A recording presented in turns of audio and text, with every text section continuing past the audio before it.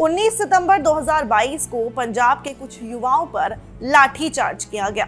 उस दौरान ये खबर बड़ी चर्चा में थी और लाठीचार्ज करते हुए इस पुलिस वाले का प्रदर्शनकारी महिला असिस्टेंट प्रोफेसर पर लाठी चलाते हुए ये वीडियो भी बड़ा वायरल हो रहा था।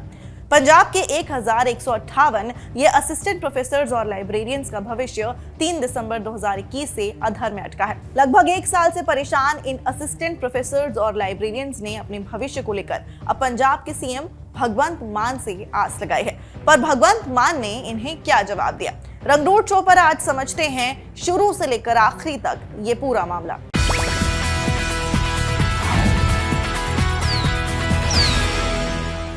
पंजाब में अक्टूबर 2021 में लाइब्रेरियन और असिस्टेंट प्रोफेसर के खाली पड़े पदों पर भर्ती के लिए नोटिफिकेशन जारी किया गया।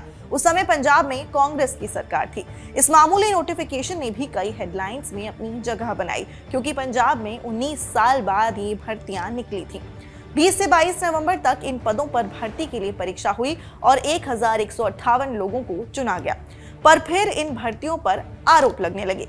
कोर्ट में कई पिटीशन दायर की गई। पिटीशन में कई तरह के आरोप थे, जैसे मानदंड पूरी तरीके से मनमाना और भेदभावपूर्ण था, एक्सपीरियंस के बदले मिलने वाला वेटेज सभी को नहीं दिया गया और एग्जाम से पहले ही पंजाबी और गणित के पेपर लीक होने का भी आरोप था।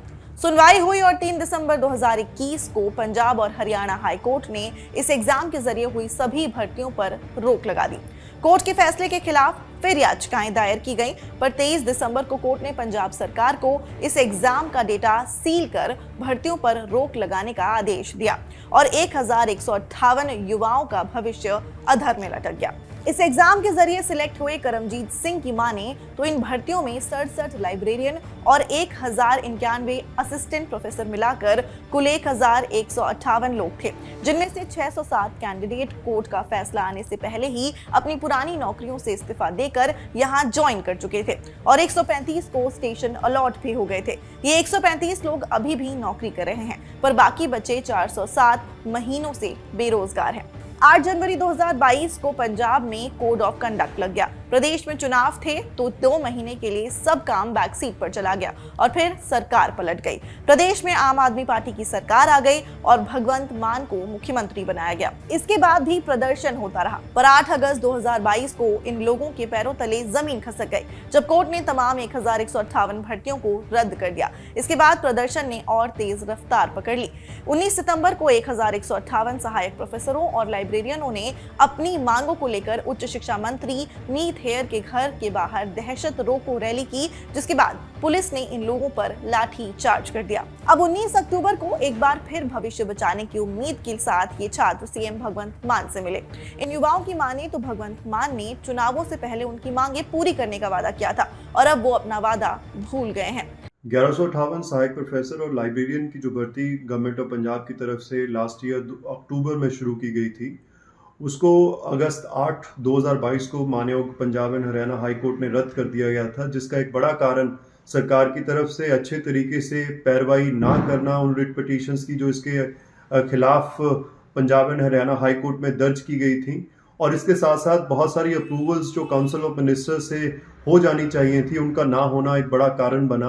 और इसके चलते हुए जो 607 लोग इसमें ज्वाइन कर चुके थे अपनी पुरानी सरकारी और अर्ध सरकारी नौकरियों को छोड़कर, और इसके साथ साथ जो 450 के करीब जो कैंडिडेट्स सिलेक्ट हो गए थे बट ज्वाइन नहीं कर पाए, वो माली और दिमागी तौर पर संकटों का सामना कर रहे हैं। हमारी चीफ मिनिस्टर भगवंत मान जी से मीटिंग हुई है और उन्होंने हमें ये वादा किया है कि वो डबल बेंच पे सिंगल बेंच की जो जजमेंट है उसको चैलेंज करेंगे और पुरजोर तरीके से इसकी पैरवाई करेंगे, जो कि हमारे लिए एक उम्मीद का कारण है।